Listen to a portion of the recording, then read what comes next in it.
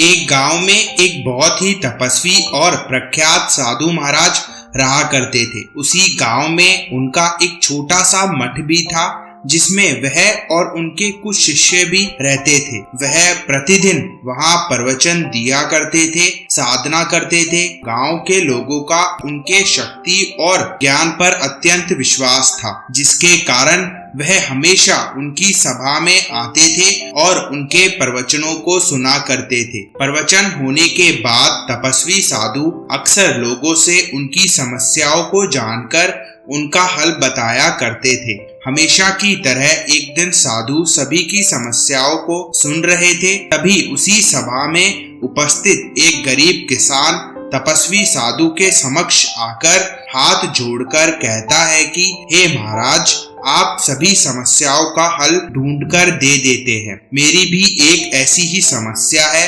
कृपया कर आप मेरी भी सहायता करें। तपस्वी साधु कहते हैं कि मैं मेरी पूरी कोशिश करूंगा, बताओ तुम्हारी क्या समस्या है। तब किसान कहता है कि कुछ दिनों बाद मेरी पुत्री का विवाह है, लेकिन मेरे पास इतने पैसे नहीं हैं कि मैं उसका विवाह संपन्न करा सकूं। कृपया कर आप मेरा सहयोग करें, मेरी मदद करें ताकि मैं यह विवाह कर सकूं। यह सुन साधु कहते हैं कि जो अभी है उसमें भी यह विवाह हो सकता है, किसी के पास क्यों मांगना, जो है उसमें आप कार्य करें। तपस्वी साधु की यह बात सुन किसान दुखी हो जाता है और वहां से खाली हाथ लौट जाता है। अब वह अपनी पुत्री के विवाह के लिए पूरे गांव घूमते घूमते किसी धनी सेठ के पास जाता है तो कभी किसी और के पास, लेकिन उसे कहीं से सहायता नहीं मिलती। वह अब और दुखी और ज्यादा परेशान रहने लगा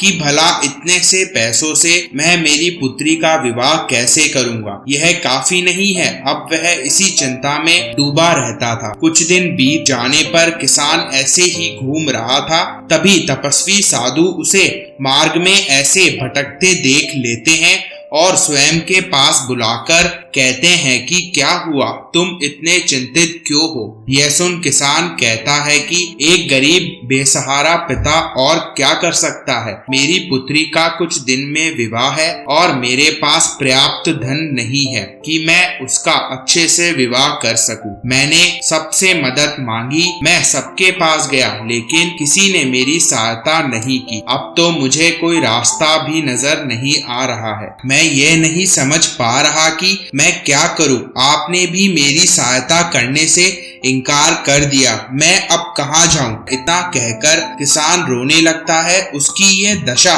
देख तपस्वी साधु से रहा नहीं जाता। वो किसान से कहता है कि तुम आज रात मेरे पास मेरे मठ में आ जाना और मुझसे मिलना। इतना कहकर वह मठ की ओर चले गए। शाम होने पर जब अंधेरा होने लगता है तब किसान साधु महाराज के मठ के लिए निकल जाता है और वहां उनके पास जा उनसे कहता है कि मैं आ गया महाराज। उस समय साधु अपनी साधना में पूरी तरीके से लीन थे। किसान वहीं कुछ देर प्रतीक्षा करता है।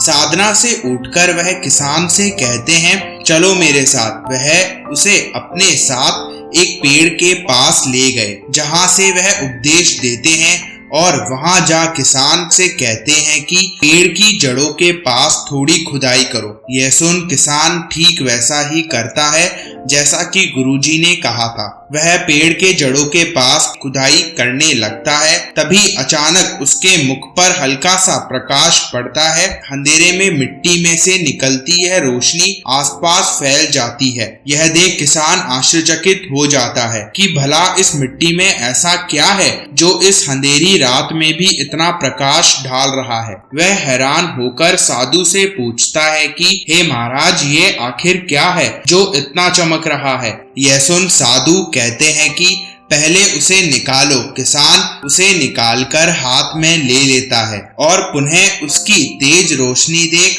साधु से पूछता है कि आखिर ये क्या है। तब साधु कहते हैं कि यह एक मणि है, जाओ इसे घर में ले जाओ, तुम्हारा काम आराम से हो जाएगा।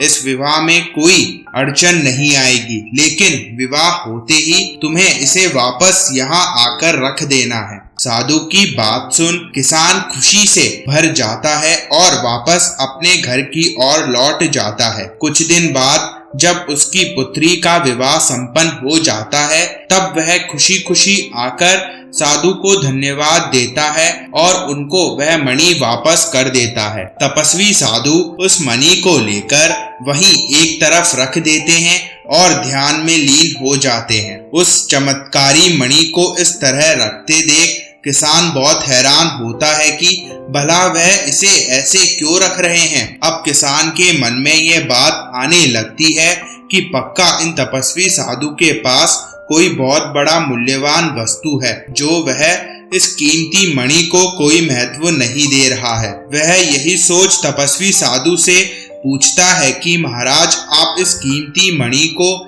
ऐसे क्यों रख रहे हो? क्या आपकी दृष्टि में इसका कोई मोल नहीं है, या आपके पास इससे भी कोई बड़ी कीमती मणि है जो आप इसको महत्व नहीं दे रहे हो? आखिर आपके पास ऐसा क्या है? उस किसान की यह बात सुन साधु मुस्कुराकर कहते हैं कि तुमने सत्य कहा, मेरे पास इससे भी ज्यादा मूल्यवान और कीमती मणि है। यह सुन किसान उत्सुकता से पूछता है कि क्या है वह चीज। तब साधु कहते हैं कि वह प्रेम है। मेरे पास इतना प्रेम है कि इस मणि से बहुत अधिक कीमती है, जिसकी तुलना में यह मणि धन सब व्यर्थ है। आप सभी मुझे इतना प्रेम करते हैं, इसके आगे इन सब का कोई मोल नहीं। मेरे लिए ये कीमती प्रेम ही बहुत है, जिसे मैंने संभाल कर रखा है। साधु की यह बात सुन किसान बहुत प्रसन्न हो जाता है। यह बातें उसके मन में बस जाती है।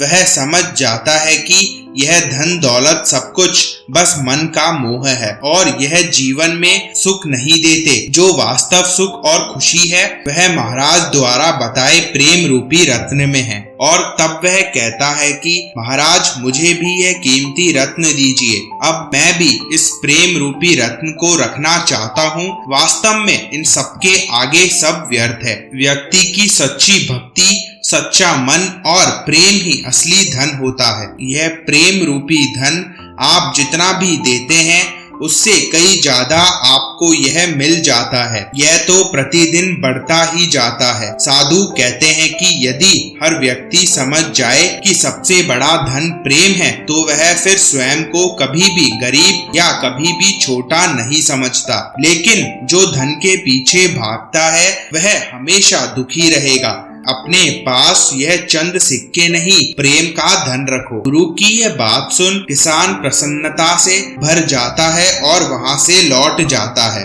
अतः प्रत्येक व्यक्ति को भी इस प्रेम के धन को स्वयं के पास रखना चाहिए।